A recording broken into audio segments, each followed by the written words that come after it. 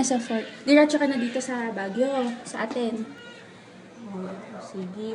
Ayun, ito naman, mga after siguro, kasi ilang hours na si Katun. Kapag under, kasi siya, hindi siya pwede gumalaw-galaw. After 6 hours, pwede na siya kasi tutulog pa siya. Naka-anesthesia pa siya, tapos hindi pa siya pwedeng gumalaw-galaw kasi mahihili, masasakit yung ulo niya. Kaya, after 6 hours pa siya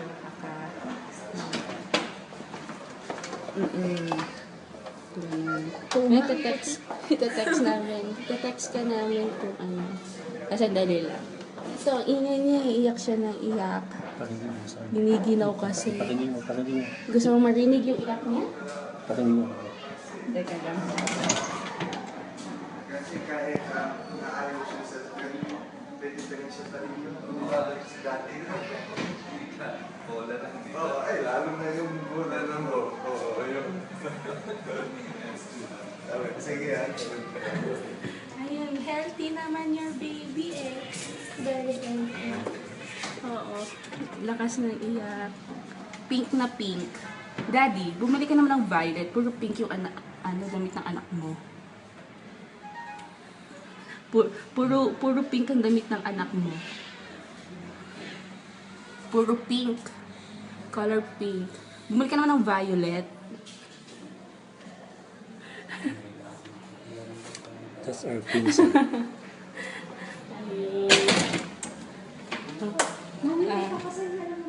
At least naman, healthy na yung baby. Hinihintay ko lang lumabas si Kathleen bago ako bumalik ng trabaho.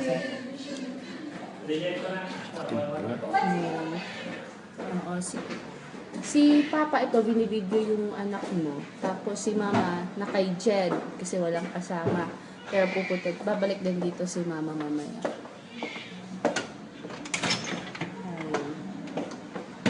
Grabe, 6 kilos, 2 buwan. Hindi. Ang tatay. Ay, nandun po sa Dubai to. Congratulations na lang nga ron. Thank you po, Doc. Salamat, Doc. It's a girl. Yes po, Doc. Buti, Doc, wala kayong sa kabila. Pupunta pa lang. Punta pa lang po. Ayun. Sige. Tawag dun. Tawag ka na lang ulit, ha? Na-picture na? Wow, thank you. I'm the 3.6 po. Thank you, Doctor. Thank you so much. That's our phone, doctor. DJ. Papadala ko na. 3.6. Mas malaki pa siya kaysa kay Jed. Oo. Kaya hindi pa rin mailabas. Po? Hindi bumaba. Opo. Thank you po. Ayun, 3.6 pounds po. Sabi ni Doktora, kaya pala hindi bumababa at ang laki. Ayun.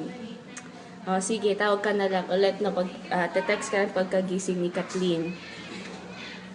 Okay, sige. Okay, welcome. Congratulations. Bye-bye. Sige, bye-bye.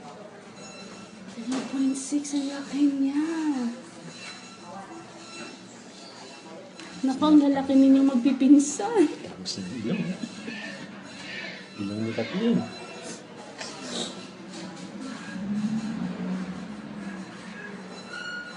Bago pumasok na picture ko dito. Ha? Bago pumasok na picture.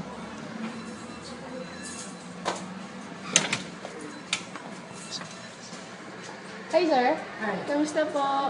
Ayos lang. Ganito pa rin.